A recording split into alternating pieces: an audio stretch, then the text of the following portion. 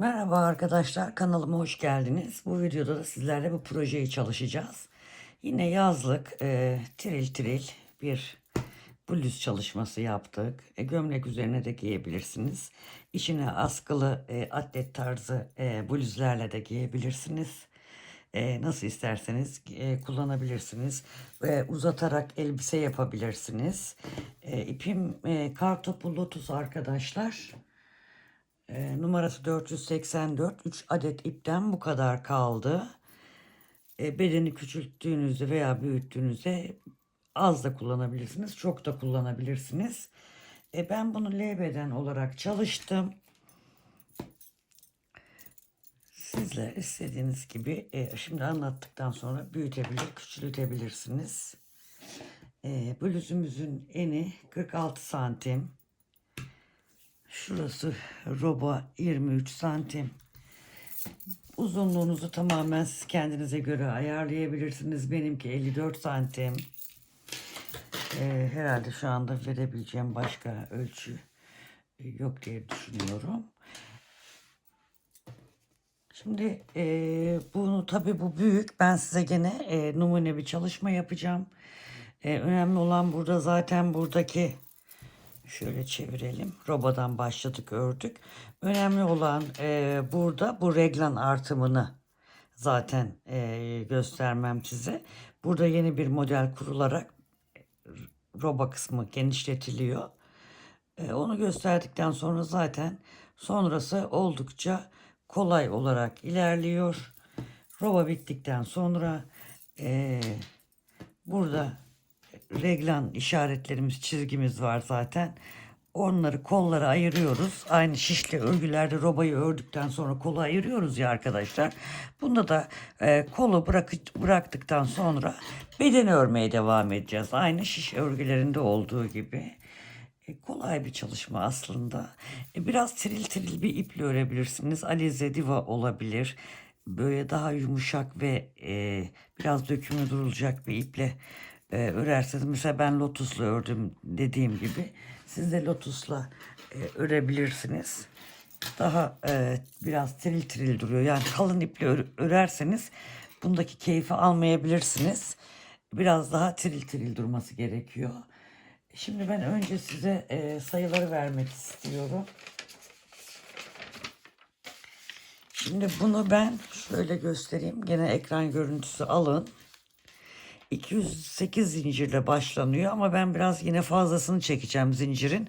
Sonradan yetmemesini bazen olabiliyor. Dördüncü zincire batacakken 5'e batıyoruz falan. Zincir yetmemesi gibi bir sıkıntı olmaması için birleştirmeyeceğim zinciri. Siz de öyle yapın, bunu da öyle yaptım. Sonradan fazla zincir zaten kesiliyor. Sıkıntı olmuyor. Şimdi burada model olarak iki farklı, yani iki değil aslında, bir tanesinin tam bitimi, bir tanesinin başlangıcı. Model aynı aslında. Baktığımızda şuradan başlayıp şuraya kadar olan modeli uygulayacağız. Yalnız biri bitmeden diğeri başlıyor. Yoksa örnek aynı örnek. O sizi yanıltmasın. Sadece başlangıç yerinde biri sıfırdan başlarken diğeri şuradan başlayacak. Ona göre yerleştirme yapacağız. Bunda kaç model kurmuşum? 1, 2, 3, 4, 5, 6, 7, 8, 9, 10, 11 model kurmuşum. Kolda bakalım şöyle 1, 2, 3, 4, 5, 6, 7 tane model kurmuşuz. Siz bunu büyütebilirsiniz, küçültebilirsiniz. Buradaki modelleri 4 kurabilirsiniz, 3 kurabilirsiniz. Bu kolu mesela 4 kurabilirsiniz. Ona göre kendiniz ayarlayabilirsiniz. Ben size numune çalışması yapacağım için her yere bir örnek kurarak şöyle bir kare çalışması göstereceğim. Burada normalde 65 zincir ama ben gene 70 zincir üzerinden çekeceğim. Hani eksik gelmemesi için. Çünkü bazen örnek dediğim gibi yerleştirmelerde sıkıntı olabilir. O sıkıntıyı örneğe kurduktan sonra baktığınızda zincir az gelirse bu sefer sıkıntı yaşarsınız. O yüzden Onu başta sökmeniz gerekiyor. Sökmemeniz için fazladan zincir çekmek her zaman için daha iyi olur. Şimdi şuraya ben hemen şunu alayım. Hani daha iyi görebilmeniz için şöyle bir beyazlık getirmek istiyorum. Bana bazen diyorsunuz ki açık renk örgüyle başlasaydınız, iple başlasaydınız. Şimdi arkadaşlar sürekli açık renk, tamam YouTube kanalı ama sürekli açık renk örgülerle de ben bu ördüklerimin hepsini ne yapabilirim? Ne yapayım yani? Sonuçta bunu hep aynı renkle öremeyeceğime göre şöyle yapayım. Mecburen farklı renklerde örüyorum. Şöyle yapmak sanırım daha mantıklı oldu. Zaten şöyle yaklaştırdığımızda da şurası. Zaten önemli olan bu reglanın şu artışının başlangıç yeri. Hem modeli kurmak hem şurası bizim reglan çizgimiz. Onu yerleştirebilmek. Şimdi ben herhangi bir evde bir ip vardı. Galiba bu yine Nako'nun bir ipi olması diye düşünüyorum. Nako saten olabilir. Bu da güzel bir renkmiş. Şimdi şöyle yaklaşık 70 tane bir zincir çekelim gelelim. Şimdi ben 70 yakın zincir çektim. Siz de 208 çekmeyin. 220 çekin. Aslında 208 zincir üzerine kurulabiliyor ama dediğim gibi eksik olur, fazla olur zincir. Normalde aslında bunu böyle birleştirip yapılabiliyor. Yapılması gerekiyor. Ama ben öyle yapmıyorum. Her zaman dediğim gibi sıkıntı olmasın diye zincirde birleştirmeden yapıyorum. Hani bundan önceki videolarda gösterdiğim badem modeli olsa sayı belli olur. Ona göre yapılır. Ama bunda zincir olduğu için zincirler şaşabilir diye bu şekilde yapmak daha uygun olur diye düşündüm. Şimdi şurada hatta ben başlangıç yerini bulayım. Oradan size göstermem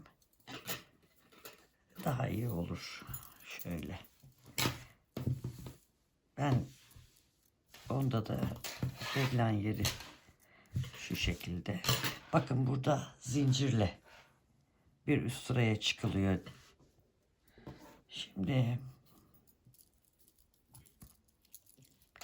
Şimdi buradayız arkadaşlar. Şimdi 5 tane fazladan zincir çektim. Üzerine ipimi aldım. Burada 1, 2, 3, 4, 5.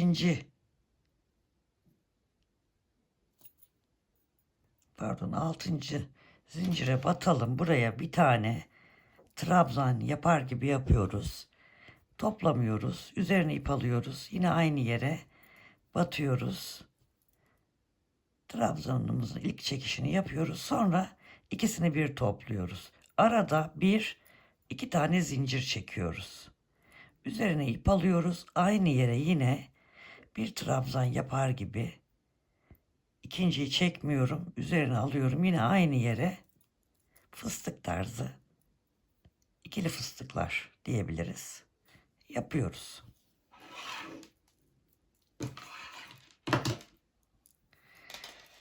Burada 1, 2, 3 tane zincir çekiyoruz. Üzerine alıyoruz.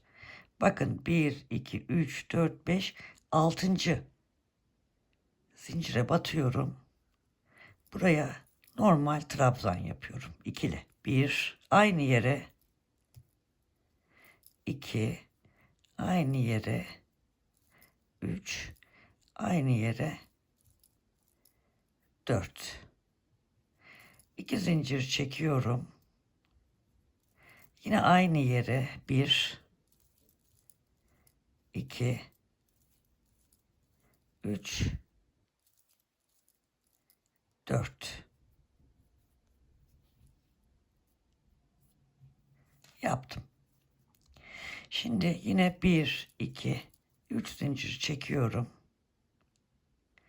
Burada 3 tane değil 1, 2, 5 tane değil 3. zincire batıyorum. Buraya pardon şurada 3 zincir çekmiyorum. Burada bir zincir çekiyorum. Burada 1, 2, üçüncüye batıyorum. Burası köşe.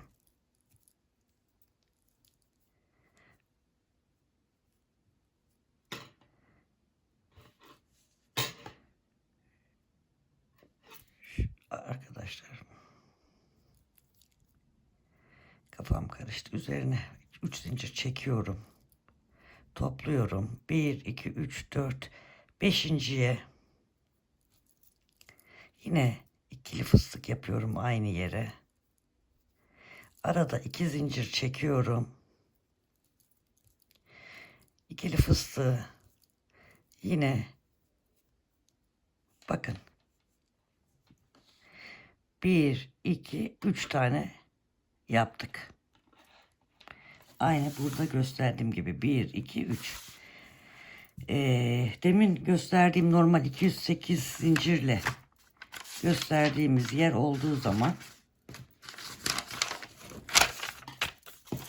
bunu aynısını devam ettireceğiz. Yani bundan sonra yine bunu yapacağız. Bundan sonra yine bunu. Bunun tekrarı olarak kaç tane yapacağız? 1, 2, 3, 4, 5, 6, 7, 8, 9, 10, 11 tane yapacağız. Ön ve arka beden için, kollar için 7 tane yapacağız. Şimdi burada bir zincir çekiyorum. Burada bir tane atlıyorum. İkinciye batıyorum. Bir zincir çekiyorum. Bir tane atlıyorum. Buraya yine ikili fıstık yapacağım. 1, 2. Şimdi kafanız karışmasın diye hemen şuradan bir işaretleyici alalım. Şu bir zincir çekip trabzan yaptığımız yer bizim köşemiz, reglanımız. Şimdi buraya 2 zincir çekiyorum. Aynı yere yine ikili fıstık yapıyorum. 1, 2, 3 zincir çekiyorum.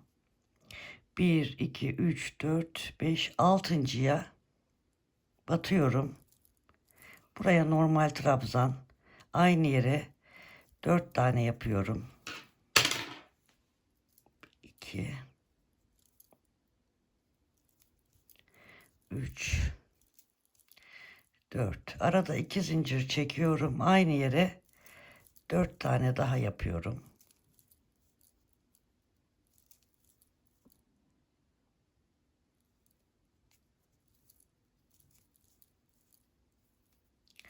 Üç zincir çekiyorum. 1, 2, 3, 4, 5, 6.'ya fıstık yapıyorum ikili. Arada 2 zincir çekiyorum aynı yere. Yine fıstığımı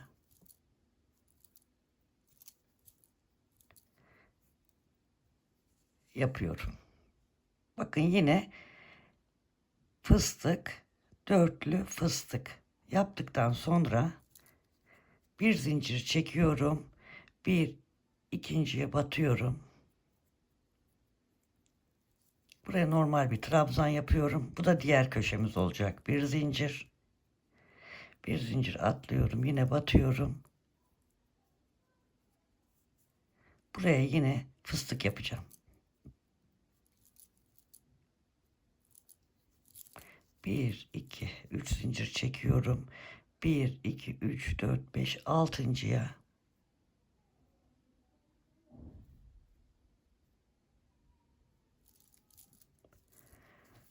dört tane trabzan, 2, 3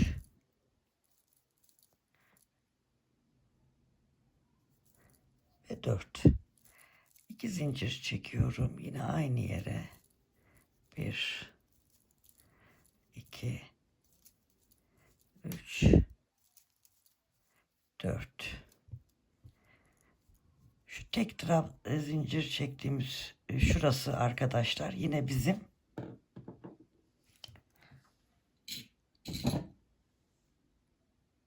şurada Şurada tek fıstık yapmışım arkadaşlar. Onu düzeltelim.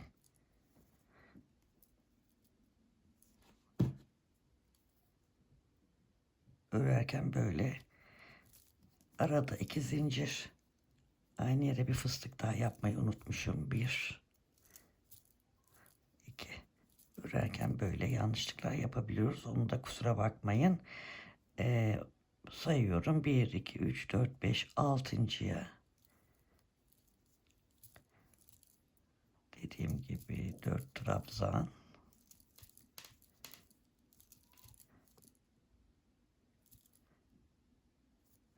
arada 2 zincir, yine 4 trabzan yapıyorum. 3 zincir çekiyorum. 1 2 3 4 5 6.'ya ikili fıstık,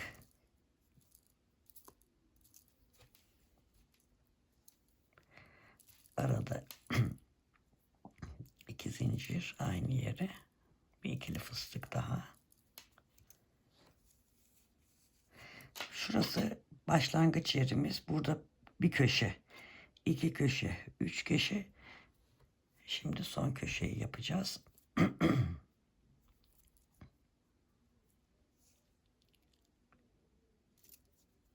Bir zincir çekiyorum. Bir tane atlıyorum. Bir trabzan, bir zincir, bir tane atlıyorum.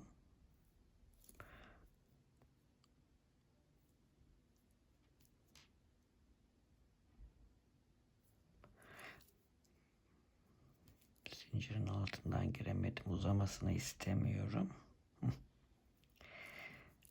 Buraya yine ikili fıstık, 2 zincir, ikili fıstık, 1 2 3 zincir, 1 2 3 4 5 6.'ya 4 trabzan. Şimdi göstereceğim bitişini, yani yerleştirilmiş halini. 2 zincir, yine aynı yere 4 tane trabzan yapıyorum. Sadece bu ilk sırada tam sırayı gösteriyorum. Sonra sadece bir yeri yaptıktan sonra diğer yerler aynısı zaten. Yani dönerek o kadar uzun örmeyeceğim. Şimdi burada arkadaşlar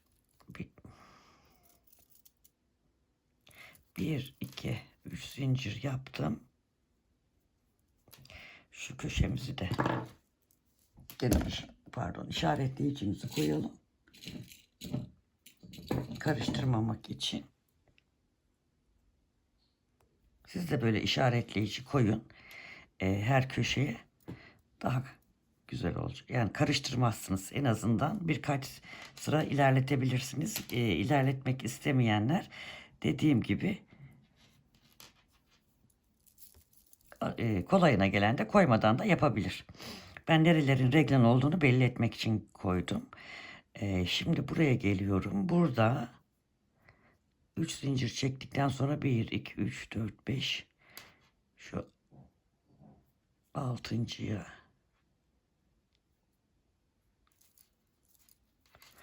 ikili trabzan yapıyorum. Arada çok aralık vermişim herhalde arkadaşlar. Burada zinciri bol çekmiş olabilirim. Şuraya batalım.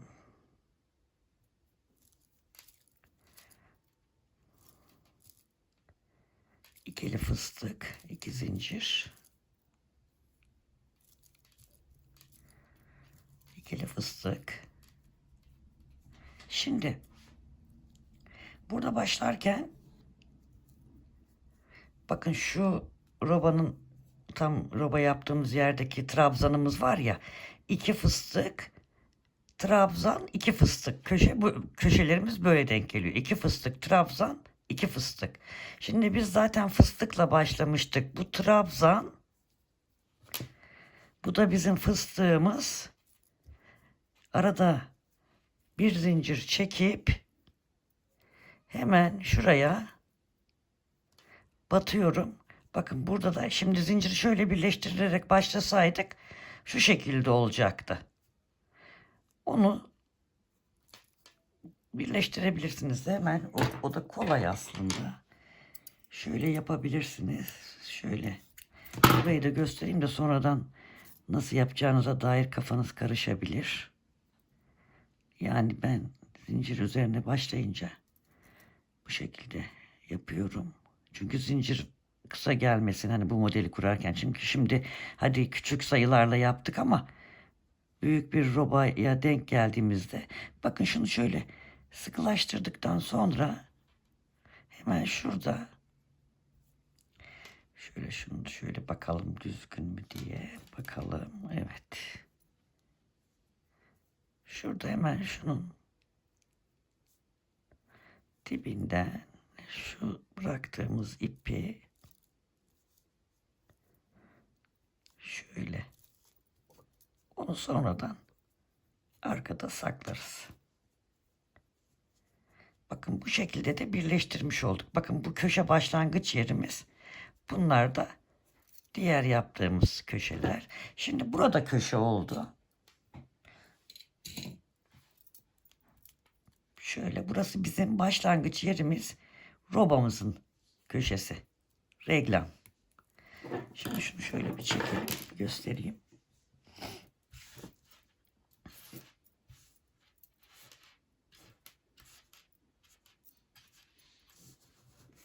Şöyle şimdi toplandığı için farklı gözükebilir.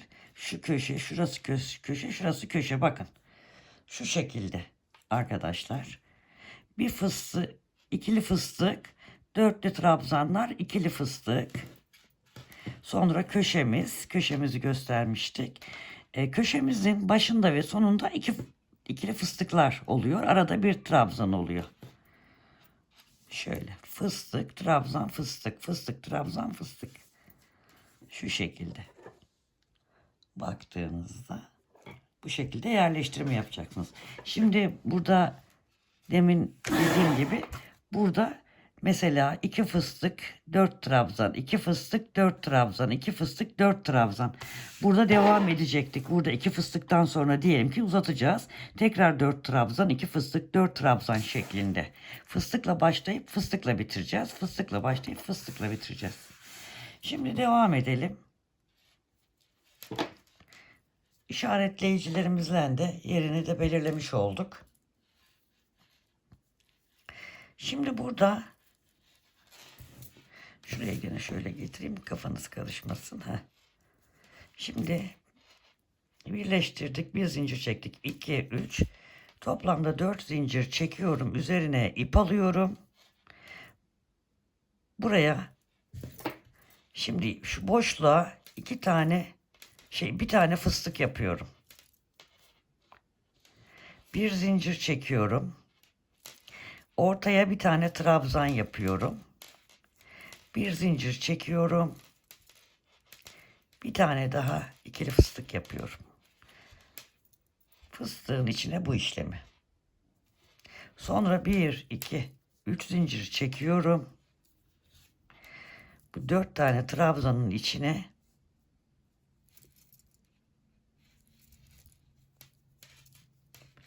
üç tane trabzan yapıyorum. 2 zincir aynı yere 3 trabzan.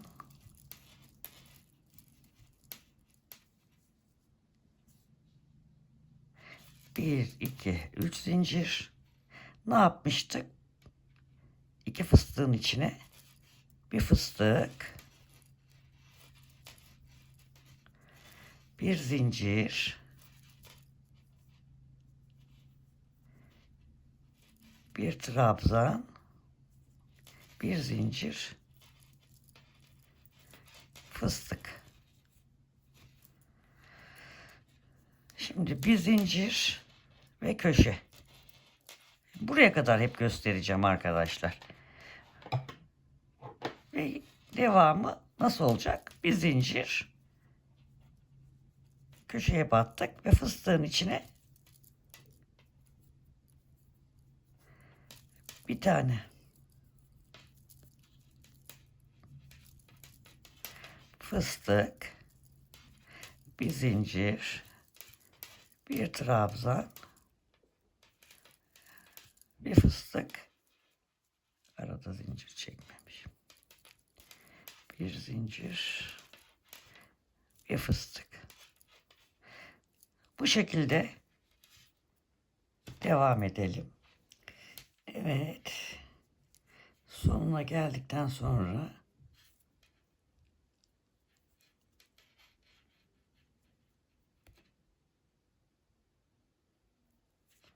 sıra sonundayız. Fıstık, trabzan, bir zincir,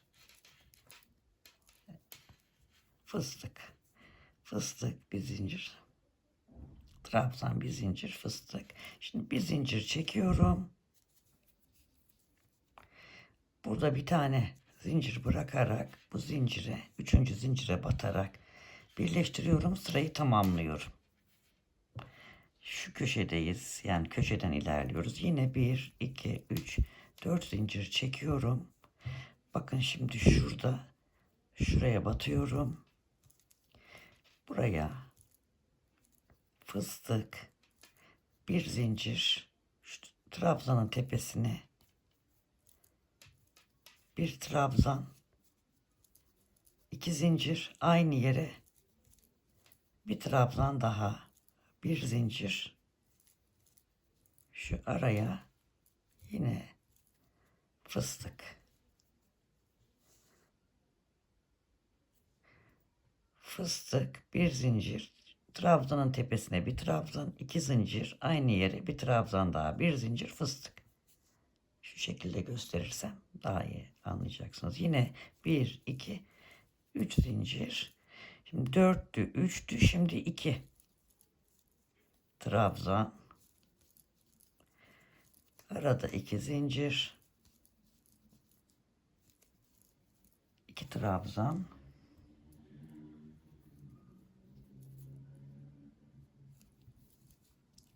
bir, iki, üç zincir.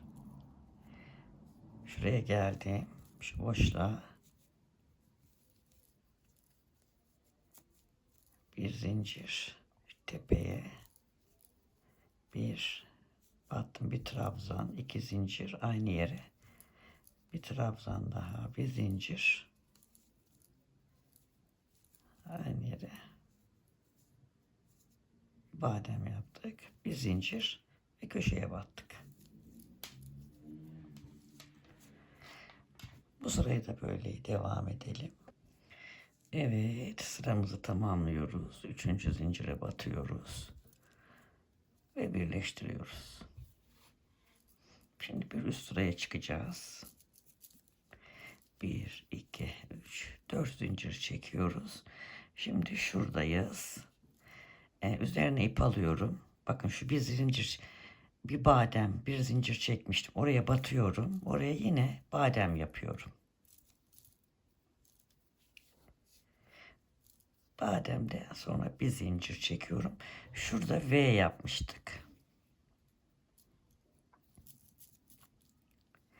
V'nin içine bir, iki tane trabzan yapıyorum. 2 zincir çekiyorum aynı yere. 2 trabzan daha yapıyorum. Bir zincir çekiyorum ve şu bademin önüne bir badem daha yapıyorum. 1, 2, 3 zincir çekiyorum. Burada 4 yaptık, 3 yaptık, 2 yaptık. Şimdi bir tane daha 2 yapıyoruz. 2'yi 2 sıra yapıyoruz. 1, 2, 1, 2 zincir, 2 trabzan, 1, 2, 3 zincir.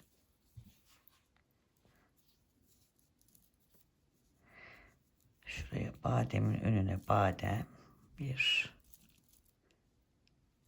2, bir zincir, şu V'nin içine 1, 2 2 trabzan, 2 zincir, 2 trabzan, 1 zincir,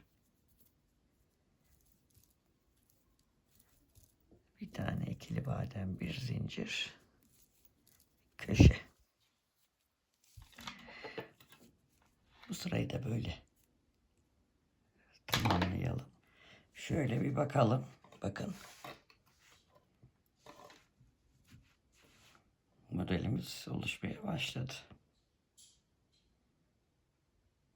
Bu köşelerdeki işaretleyicileri çıkartmazsanız, ya zaten gerçi belli, bakın burada şu trabzandan 2 model burada yan yana zaten. Ortada da trabzan var. Bunlar köşe oluyor. Bakın 2 model yan yana, ortasında trabzan, köşe oluyor. Şimdi bir üst sıraya çıkıyoruz.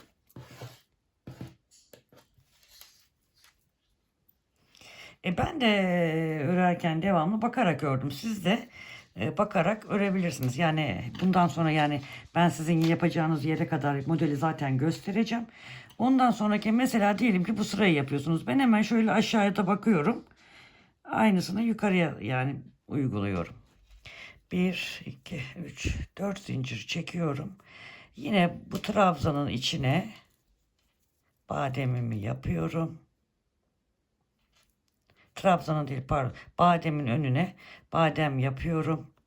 1 zincir çekiyorum. Burada 2 tane trabzan yapmıştım. Onun ortasında 2 tane zincire bu defa 3 trabzan yapıyorum. 2 zincir çekiyorum.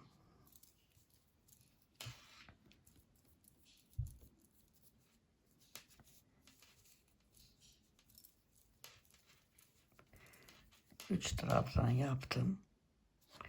Bir zincir çekiyorum ve bademin önüne badem yapıyorum. Bademlerim dediğim gibi 2 trabzandan oluşuyor. Burada yine 1, 2, 3 zincir çekiyorum. 4, 3, 2, 2. Şimdi buraya bir tane bir trabzan yapıyorum. Yine 1, 2, 3 zincir çekiyorum. Bunun aynısını yaparak dönüyorum. Sırayı tamamlıyorum. Şöyle bir bakalım köşelerimize. Şu şekilde arkadaşlar. Şimdi bundan sonraki sıra,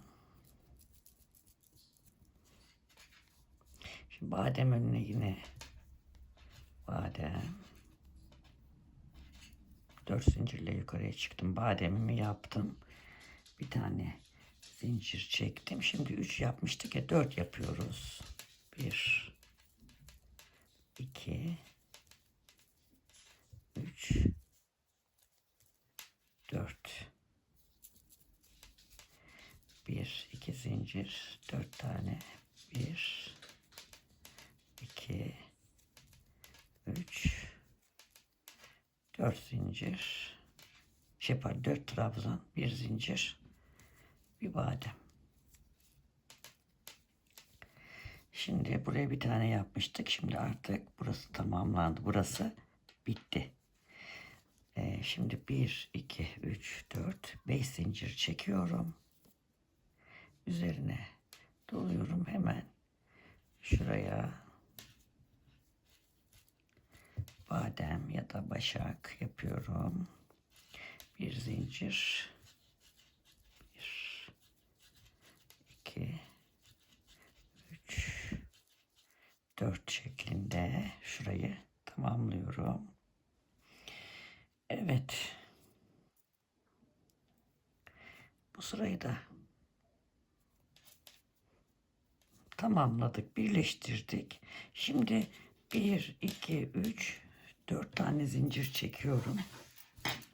Artık bakın, burada yeni bir model daha oluşturacağız. Yani reglanımız artmış olacak. Şimdi bu sırada burada, onun için şuradayız, şu sıradayız. 4, 5 zincir çekiyorum burada. Aynı şu zincirin tepesine bir tane badem ya da başak yapalım. Burada şimdi şuradayım. Yine 1, 2, 3 zincir çekiyorum. Artık şuraya batmıyorum. Şu badem önüne direkt buraya 4 tane 1, 2, 3, 4 tane trabzan yapıyorum. 2 zincir çekiyorum. 4 tane trabzan yapıyorum. 3, 4, 1, 2, 3 zincir çekiyorum. Şu 5 tane zincir çekmiştim ya. Onun tam ortasına batıyorum. Buraya 1, 2, bir tane başak yapıyorum. 2 zincir çekiyorum. Aynı yere batıp bir başak ya da badem yapıyorum. Bu bize hangi sırayı hatırlattı şimdi burası arkadaşlar bize. Tanıdık geldi. Bakın şu ilk sıramız. Artık burada bakın şurası. Şuradayız. Şu 2 başak bakın şurası. Gördünüz mü? Yani yani burada bir motif kapanmıştı. Burada bir motife yeni başlamıştık ya. Bakın bu artık bunun üstü burası gibi devam edecek. Bunun üstü bunun gibi devam edecek. Burası da burası gibi devam edecek.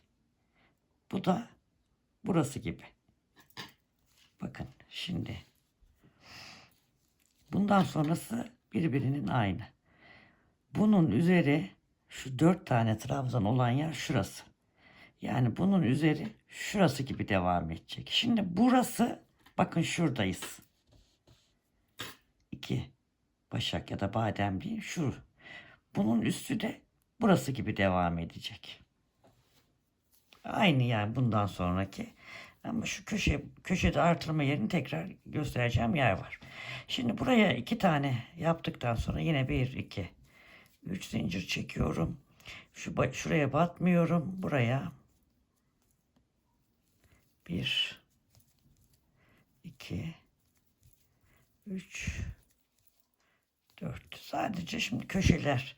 Diğeri bunun aynısı dediğim gibi. Bakarak örebilirsiniz. Ben de bakarak ördüm. Yani şimdi hemen mesela bunu ördüm. Bundan sonraki sıra nasıl olacak demem için hemen bunun aynısı. Hemen bakıyorum. Bir sonraki sıra bunun üstü şundan olacak diyorum. Mesela buradayım. Ay bunun üzeri nasıl olacak derken hemen şuraya bakıyorum. O şekilde öreceksiniz. Şimdi şurada köşede tekrar 4 4 yaptıktan sonra 1 2 3 tane zincir çektim. Bakın bu köşe trabzanındayım. Buraya bir başak yapıyorum. Bir zincir çekiyorum. Buraya bir tane daha trabzan yapıp yani şu trabzanım ilerliyor. Bir zincir çekiyorum. Buraya bir başak daha yapıyorum. Yani burası şu şekilde oluyor. Artık buradan yeni model çıkartacağız reglan için. Devam edelim.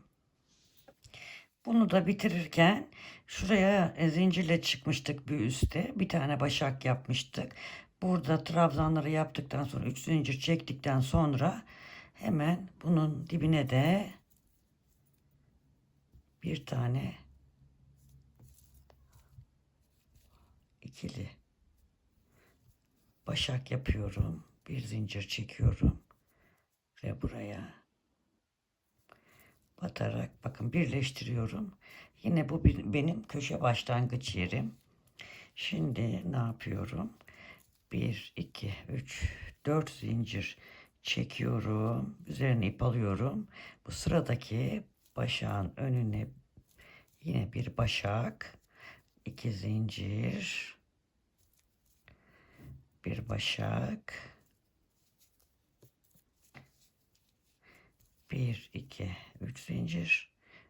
Burası 4'tü. Şuradayız, bakın ne yapacağız? Hemen bir sonraki önceki bakalım. 3 tane yapmışız. Buraya şimdi 3 tane, 1 2 3 2 zincir, 1 2 3 1 2 3 tane zincir. Şimdi şuraya geldik. Bunu nasıl yapmıştık diyoruz. Hemen şuna bakıyoruz. Bakın. Bir başak yapmışız. Bir trabzan, bir başak. Yani biz de hemen oradan baktık. Bir başak, bir zincir, bir trabzan, bir zincir ve bir başak.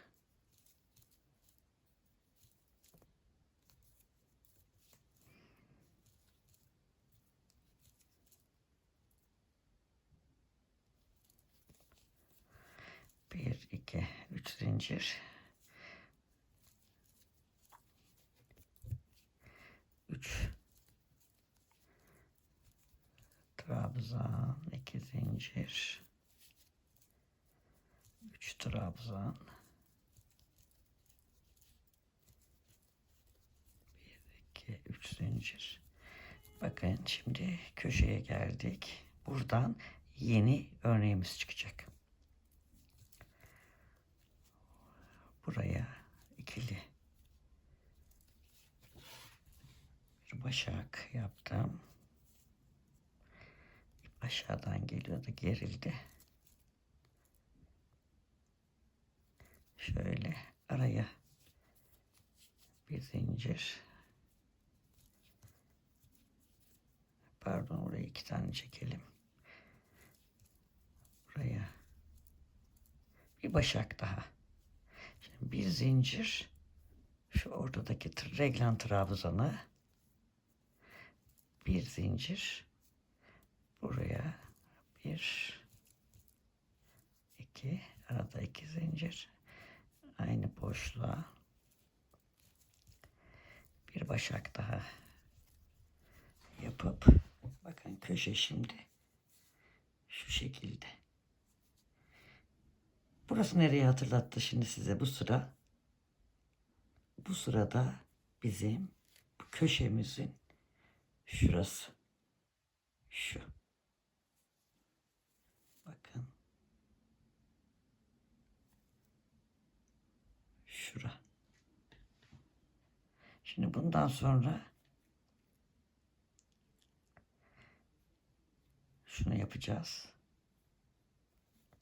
Bundan sonra burada biraz köşede bakayım hemen. Yok, bir farklılık yok. Ben gene de göstereceğim şu köşeyi, yani çoğaltma yerini bir göstereceğim. Bir sonraki sırada da tekrar şu köşelerin yerini göstereceğim. Buradan takip edersiniz. Buradan değil, bu artırma sırasını. Bunu böyle tamamlayalım.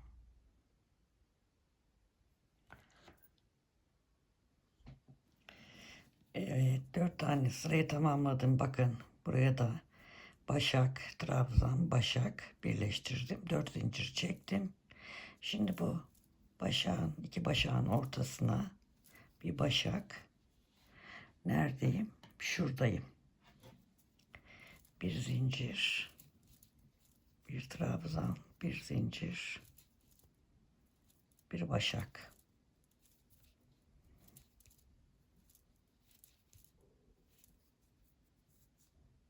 Şöyle 1 2 3 zincir, 3 tane yapmışız. Şimdi 2 tane, 1 2 araya 2 zincir, 2 trabzan, 1 2 3 zincir, buraya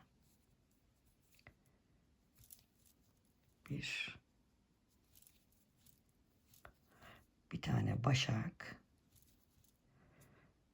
bir zincir, şuraya, yani Şuradayız bakın zaten. Şu sıra şunu yapıyoruz. Bir zincir. Aynı yere bir trabzan daha yapıyorum. Bir V oluşturuyorum. Şuraya da bir tane başak. 1, 2, 3 zincir. Buraya 2 trabzan, 2 zincir. 2 trabzan. 1, 2, 3. Köşeye geldik. Bakın şu köşe trabzanımız. Bunun içine bir başak, bir zincir, bir başak, trabzan, bir zincir ve bir başak.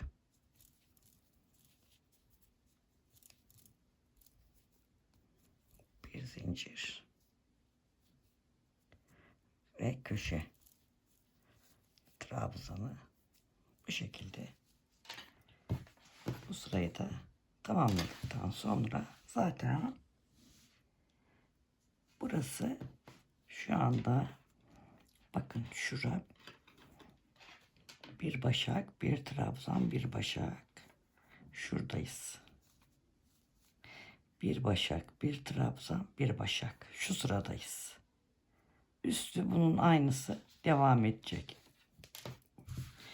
Burası 2 tane ya. Şimdi burası şuradayız. Bakın. Şöyle. Şunu şöyle bir kenara alayım. Bakın arkadaşlar. Şimdi burada 2 tane trabzan yaptık. Bu 2 trabzan bakın burası. Bunun üzerine şimdi şu bir tane trabzan olan sıra. Şimdi buraya bakalım. Burada ne var? Bir başak, bir trabzan, bir başak. Burası da bir başak, 2 tane trabzan arasında V olan yani şu. Bakın şu sıra. Bunun üzerine ne yapacağız? Bu içi şu sırayı yapacağız. Buradan takip ederek zaten.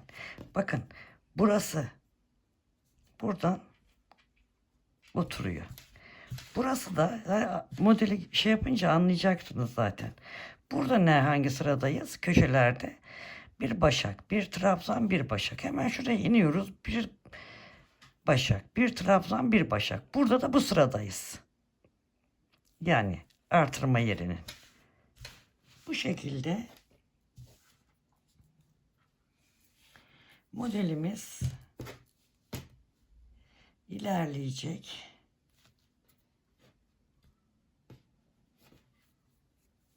Şöyle.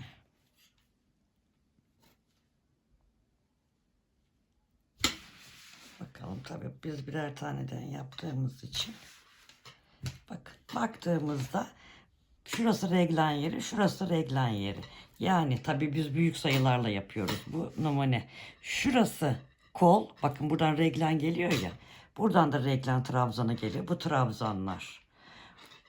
Yani örmemiz bittikten sonra bedeni ayırırken burası kol. Bu trabzandan diğer trabzana kol. Buradaki trabzandan da diğer trabzana kol. Onları örmeyeceğiz. Sadece bedeni öreceğiz. Bunda da ben kaç model kurmuşum bir bakalım. Şuradan 1, 2, 3, 4. artırmayı da yapmışım. Bakın şöyle göstereyim.